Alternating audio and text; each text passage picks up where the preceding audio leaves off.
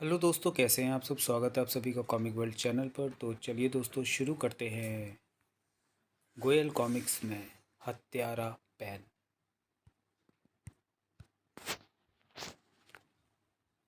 हत्यारा पेन।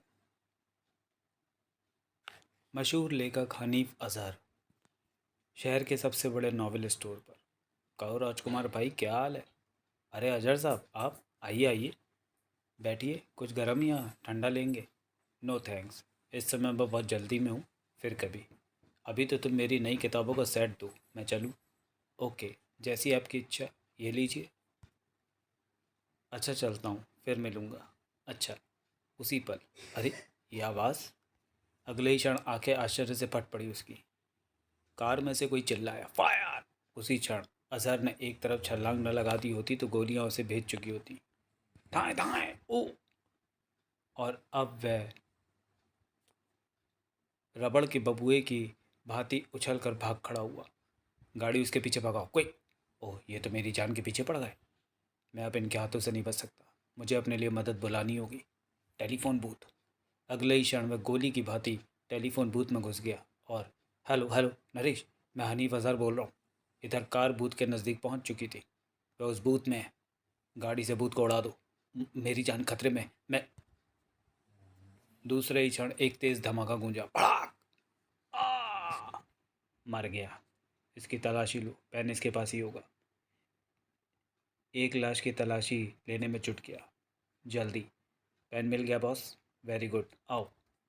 फिर, अब हम लखपति हो गए। हा हा हा हा। जल्दी। संजय सेठ, अपुन ने तुम्हारा काम कर दिया है। अब अपने काम की कीमत निकालो ताकि हम चलता बने। कीमत भी मिलेगी पीटर बादशाह। पहले मुझे ये तो देख लेने दो कि जो चीज़ तुम लेकर आए हो वो असली भी है या नहीं। देख लो सेठ, माल तुम्हारे हाथ में ही है। संजय के हाथ तेजी से पेन को खोलने में लग गए। कुछ क्षणों बाद ही जब पेन खुला तो संजय की आंखें हीरे की मानिंद चमक उठी। ओह! फिर, ये लो तुम्हारी कीमत, पूरे 1 लाख रुपया। तुम एकदम ठीक चीज़ लेकर आए हो। वैसे क्या मैं जान सकता हूँ इस पेन में ऐसा क्या है जो तुमने इसके लिए एक हत्या करवा दी? जासूस बनने की कोशिश मत करो और अपना नाश्ता ना पो। गुस्सा क्यों होता है बाप? अपन तो ऐसे ही पूछ लिया था। तुमको नहीं बताना तो कोई बात नहीं। चलो साथियों, अब मुझे भी चलकर ये खबर अब्दुल और जॉर्ज को देनी चाहिए। संजय की कार तेज़ी से खंडहरों से बाहर की तरफ निकल पड़ी। ये तो चला गया उस्ताद। उस पेन में ज़रूर कोई तगड़ा माल था उस्ताद, तभी तो वो अपन को दिखा नहीं रहा था। लगता तो अपन को भी ऐसा ही है। उस पेन में ज़रूर कोई ऐसा करोड़ों का राज छिपा हुआ है जिसके लिए उसने अपन को 1 लाख रुपए देकर आदमी का कत्ल कराया। हमें उससे वह पेन हथियाना चाहिए और देखना चाहिए आखिर उस पेन में ऐसा है क्या। तुम ठीक कहता है, लेकिन अभी अपन उस पर हाथ नहीं डालेगा। पहले अपन उस पेन का राज जानेगा और फिर उस साले की हत्या करेगा।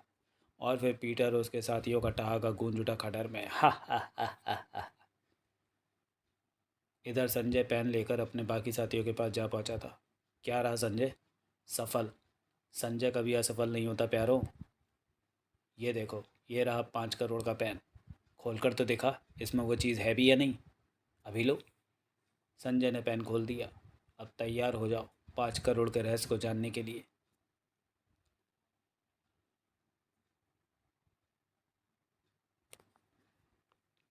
और जब संजय ने पेन को अपनी हथेली पर उल्टा किया तो आश्चर्य मिश्रित चीख ही तो निकल पड़ी सबके मुखों से। वाह! मार्वलस! लेकिन ये कैसे हो सकता है? ये छोटे से हीरे की कीमत 5 करोड़ रुपए? ये हीरा छोटा ज़रूर है दोस्तों, मगर ये एक दुर्लभ हीरा है। पूरे मानव इतिहास में एक यही ऐसा हीरा है जो इस शेप में बना हुआ है। पूरे इतिहास में दूसरा न ऐसा हीरा हुआ है, ना ही कभी होगा। इसलिए इसकी कीमत जितनी आंकी जाए उतनी कम है। 5 करोड़ तो इस दुर्लभ हीरे के कम से कम दाम है। इतना कीमती हीरा अज़हर के पास कैसे आया? यह हीरा अज़हर के किसी पुरखे को उस समय मिला था जब वे हिमालय की दुर्गम पहाड़ियों पर शिलाजीत नामक औषधि को ढूंढने गए थे। तब से कई पीढ़ियों के हाथों में होता हुआ यह हीरा अज़हर के पास जा पहुंचा। लेकिन अज़हर तो एकदम फटेहाल व्यक्ति था। वह चाहता तो इस हीरे को बेचकर करोड़पति बन सकता था। ये बात ठीक है अब्दुल कि अज़हर इस हीरे को बेचकर करोड़पति बन सकता था, लेकिन उन सिद्धांतवादी लोगों में से वह एक था जो अपने सिद्धांतों के लिए दुनिया भर की दौलत को लात मार दिया करते हैं। इतना कीमती हीरा उसके पास होने के बाद भी वह सिर्फ अपनी मेहनत की कमाई को ही अपना मानता था। वह चाहता था कि वह हीरा उसकी आने वाली हर पीढ़ी के पास उनके पुरखों की याद बनकर पहुँचे। ओह, अजीब सन के आदमी था, जेब में करोड़ों रुपए लेकर पटियाल घूम रहा था। हमारे लिए तो ये अच्छा ही हुआ, अगर वह यह हीरा बेच देता तो हम आज करोड़पति ना बन पाते। तभी अचानक टेलीफोन की घंटी बजने की आवाज़ बम के धमाके की मानिंद गूंजी। वहाँ ट्रिन ट्रिन। किसका फ़ोन होगा इस समय? उसने रिसीवर उठाया। हेलो, मैं संजय। तभी उधर से आता एक घबराया स्वर उसके कानों में पड़ा। हेलो संजय, मैं नरेश बोल रहा हूँ। तुम इतने घबराए हुए क्यों नरेश, क्या हुआ? मुझे लगता है कुछ गड़बड़ है। अभी कुछ देर पहले ही हनीफ का फ़ोन मेरे पास आया था। लगता है कोई इसकी जान के पीछे पड़ा हुआ है। मुझे तो लगता है ये सब उस हीरे का चक्कर है जो हनीफ के पास था। ओ, लेकिन तुमने मुझे फ़ोन क्यों किया? सिर्फ ये जानने के लिए कि कहीं तुमने अपने किसी दोस्त को अज़हर के पास मौजूद हीरे के बारे में तो नहीं बतला दिया। तुम तो जानते ही हो कि अज़हर ने उस हीरे के बारे में या तो मुझे बताया था या फिर तुम्हें। ओ नहीं नहीं, ऐसी कोई बात नहीं है नरेश, मैंने किसी को हीरे के बारे में नहीं बताया। ओके, अब मैं फ़ोन बंद कर रहा हूँ। अज़हर का पता करने के थोड़ी देर बाद मैं तुम्हें फिर फ़ोन करूँगा। ओके। फिर कांपते हाथों से संजय ने रिसीवर क्रैडल पर रख दिया। क्या हुआ संजय? फ़ोन सुनकर तुम्हारे चेहरे पर हवाइयाँ क्यों उड़ रही हैं? गड़बड़ हो गई दोस्तों, अब हमें एक खून और करना पड़ेगा। आश्चर्य से चीख पड़े थे सभी। एक खून और? मगर किसका? नरेश का। नरेश का खून? मगर क्यों? उसका खून करना इसलिए ज़रूरी है दोस्तों कि वह जानता है कि अज़हर के पास हीरा होने की बात उसको छोड़कर सिर्फ मुझे मालूम है। अगर वह ज़िंदा रहा तो वह अज़हर की हत्या का दोषी सीधा मुझे ही ठहराएगा और फिर हम सबको जेल हो जाएगी। जेल? हाँ, अगर हम नरेश की हत्या कर देते हैं तो हमें 1-1 करोड़ रुपया मिलेगा, वरना जेल। सोच लो। चारों के मुंह से एक साथ निकला। हम हत्या करने के लिए तैयार हैं, तो चलो मेरे साथ। शीघ्र ही। ओह, ये तो 5 करोड़ का चक्कर दिखता है। मुझे इसके बारे में तुरंत पीटर सेठ को बताना चाहिए।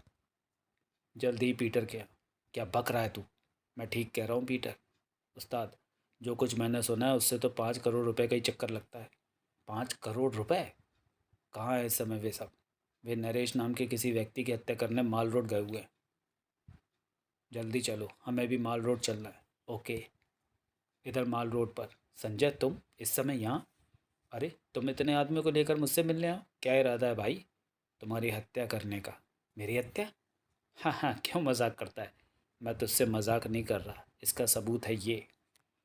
अभी नरेश आश्चर्य के सागर में गोते ही लगा रहा था कि पकड़ लो साले को। अगले ही पल, मुझे छोड़ दो, मुझे छोड़ दो। तुझे कैसे छोड़ दे साले? तुझे छोड़ते ही हम फांसी के फंदे पर लटक जाएंगे। संजय ने चाकू संभाला। तेरी हत्या करने का मुझे बहुत अफसोस होगा नरेश। उसी पल जैसे चमत्कार हुआ और अब आश्चर्य के संसार में पहुंच गए थे सभी के मस्तिष्क। ओ, ओ गॉड! एक क्षण भी नहीं बीत पाया था कि भड़ाक! अचानक हड्डियों को सर्द करने वाला एक ठहाका गूंज उठा। वहाँ हा हा हा हा हा हा। उफ, ये सब क्या हो रहा है? उसी क्षण किसी रॉकेट की सी रफ्तार से पैर नीचे आया। सू! और खचाक! दूसरे ही क्षण सबके चेहरों ने ढेर सारा पसीना उगल दिया। ओह, बहन ने टीका की हत्या कर दी। ये हत्यारा बहन है, भागो, वरना हम सब यहीं मारे जाएंगे। नरेश को छोड़कर सभी चीते किसी फुर्ती से बाहर भाग लिए। भागो भागो!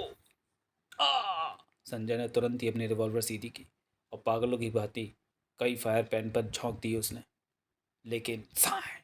ओ गॉड! गोलियों से पैन को कुछ नहीं हुआ। उफ! हा हा हा हा हा हा। अचानक पैन से खून की बारिश होने लगी। वहाँ पल भर में ही सभी खून से नहाते चले गए। ओ आ! लेकिन संजय मेज के नीचे होने के कारण बच गया और सामने का नज़ारा देखकर तो उसकी आंखें फटी पड़ी थी। ओ गॉड! खून से नहाए उसके साथ ही नीचे गिरकर किसी जल बिन मछली की भांति तड़प रहे थे। बचाओ, मैं जल रहा हूँ! और अब तीनों पहले लाश में और फिर कंकाल में बदलते चले गए। नरेश के तो आश्चर्य की जैसे सीमा ही न थी। उफ, इतना भयंकर दर्दनाक अंत! आखिर ये सब कैसे हुआ? अचानक। हैरान होने की आवश्यकता नहीं है मेरे दोस्त, ये मैं हूँ। अज़हर? हाँ दोस्त, मैं अज़हर ही हूँ। इन हत्यारों ने दौलत के लिए मेरी हत्या कर डाली, लेकिन मैं तुझे मरता नहीं देख सकता। मेरे होते कोई तेरा बाल भी बांका नहीं कर सकता दोस्त। उसी पल भड़ाक! मैं कर सकता हूँ इसकी हत्या। ओह संजय! अचानक। पीछे हट जा नरेश, मैं इस कमीने को जिंदा नहीं छोड़ूंगा।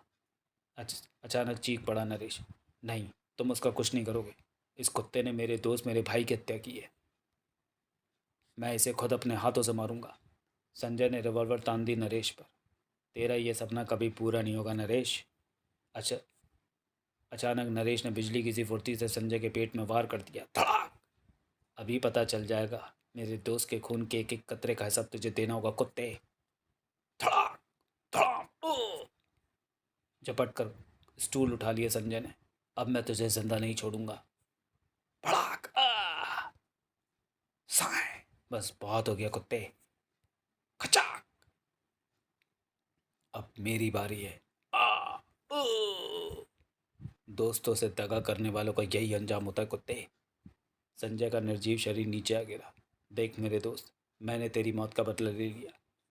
मुझे तुझ पर नाज है मेरे दोस्त। काश संजय भी तुम जैसे ही निकला होता तो मेरी हत्या नहीं होती। अचानक पेन नीचे आ गिरा। इस पेन में रखा 5 करोड़ का हीरा मैं तुझे देकर जा रहा हूँ, तू इसे बेच देना। नहीं दोस्त नहीं, मैं तेरे पुरखों की निशानी को नहीं बेचूंगा। तूने इसे अपनी आने वाली पीढ़ियों के लिए संभाल कर रखा था। बेवकूफ़ है रे तू।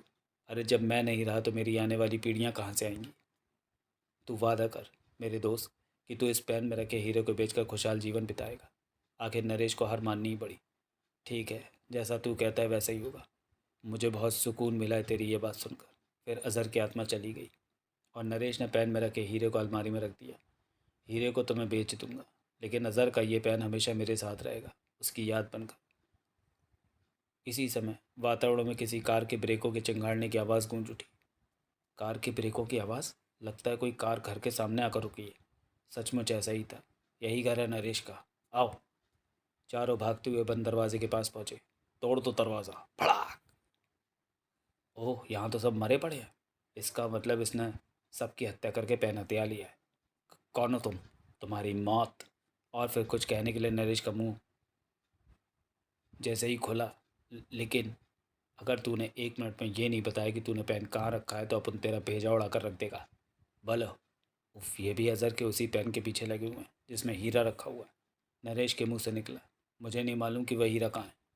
अगले ही क्षण रिवॉल्वर की मूठ नरेश के चेहरे से टकराई। पीटर को ना सुनने की आदत है साले।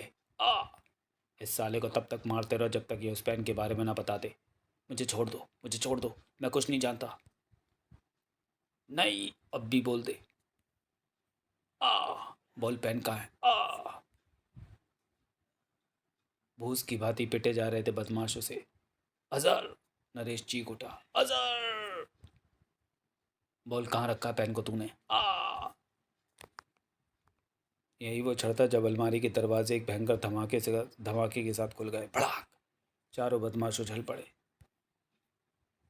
और विशाल पेन का ढक्कन एक बदमाश के सर से आ चिपटा। और जब ढक्कन अलग हुआ तो उस हैरत अंगेज दहशतनाक दृश्य को देखकर चीखें निकल पड़ी सभी की। ओ गॉड। और अब पेन ने भयंकर तबाही मचानी शुरू कर दी। हा हा हा हा खच। अब तुम चैन से रह सकते हो नरेश। इस पेन के बारे में जानने वाले सारे आदमी खत्म हो चुके हैं। आज के बाद जब कभी भी तुम पर संकट पड़े मुझे याद कर लेना। मैं तुम्हारी मदद के लिए हर समय उपस्थित हो जाऊंगा। फिर तुमने मुझ पर बहुत एहसान किया है सर। मैं तुम्हारे पेन में रखे हीरे को बेचकर एक किताबें छापने वाली फर्म खोलूँगा, जिसमें मैं सबसे पहले तुम्हारी जीवन कथा को पुस्तकबद्ध करूँगा। और उस पुस्तक का नाम होगा हत्यारा पेन। समाप्त। तो चलिए दोस्तों, वीडियो को यहीं समाप्त करते हैं। मिलते हैं किसी और कॉमिक्स में अगले वीडियो में। तब तक के लिए धन्यवाद।